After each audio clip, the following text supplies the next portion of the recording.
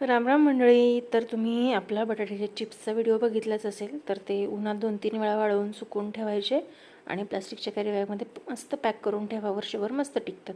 तर त्याच दिवशी होती हनुमान जयंती. तो व्हिडिओ शेअर करायचा राहिला होता. मग आमच्या जवळच इथे वामन बाबा सोसायटी म्हणून सोसायटी आहे.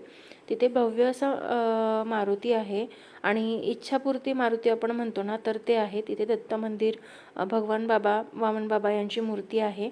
तर तिथेच हा सगळा कार्यक्रम होता हनुमान जयंतीचा. तर त्या मंदिरात मस्त असं भजनांचा कार्यक्रम चालू होता. त्यानंतर भरपूर अशी भक्त भाविकांची गर्दी होती आणि त्याचबरोबर इथे महाप्रसादाचा सुद्धा कार्यक्रम होता. तर या सगळ्या गोष्टींचा लाभ आम्ही आज घेतला. पण व्हिडिओ शेअर करायला खूप उशीर झाला.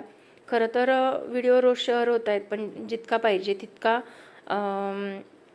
सपोर्ट मिळत नाही आहे. तुम्ही फॉलो केलेला आहे, पण व्हिडिओज बघितले जात नाही आहे. त्याचं कारण मला अजूनही समजत नाही आहे. पण मारुतीला एकच सांगणं आहे की आपले व्हिडिओ जास्तीत जास्त लोकांपर्यंत पोहोचवावं बाबा. त्यानंतर इथे सोलकडी पण दिली जात होती सगळ्यांना. तर तीसुद्धा शिवमने आम्ही सगळ्यांनी घेतली. त्यानंतर परत एकदा हनुमानाचं दर्शन घेतलं आणि त्यानंतर घरी जायला निघालो. खरंच खूप सुंदर अशी मूर्ती होती. मुंबई पुणे हायवेवरून दिसते सुद्धा. त्यानंतर आमच्या घराजवळच आज चैत्र पौर्णिमासुद्धा होती. तर घराजवळच सप्तशृंगी देवीचं मंदिर आहे आणि बऱ्याचदा आपण गावापासून लांब राहत असतो, पण एक गावाकडची ओढ असते. आणि मला ज्या दिवशी समजलं ना, म्हणजे मला आत्तापर्यंत माहीत नव्हतं की जवळ सप्तशृंगी देवीचं मंदिर आहे. खरंच खूप छान वाटलं. त्यामुळे मग तिथे जाऊन पण दर्शन घेतलं.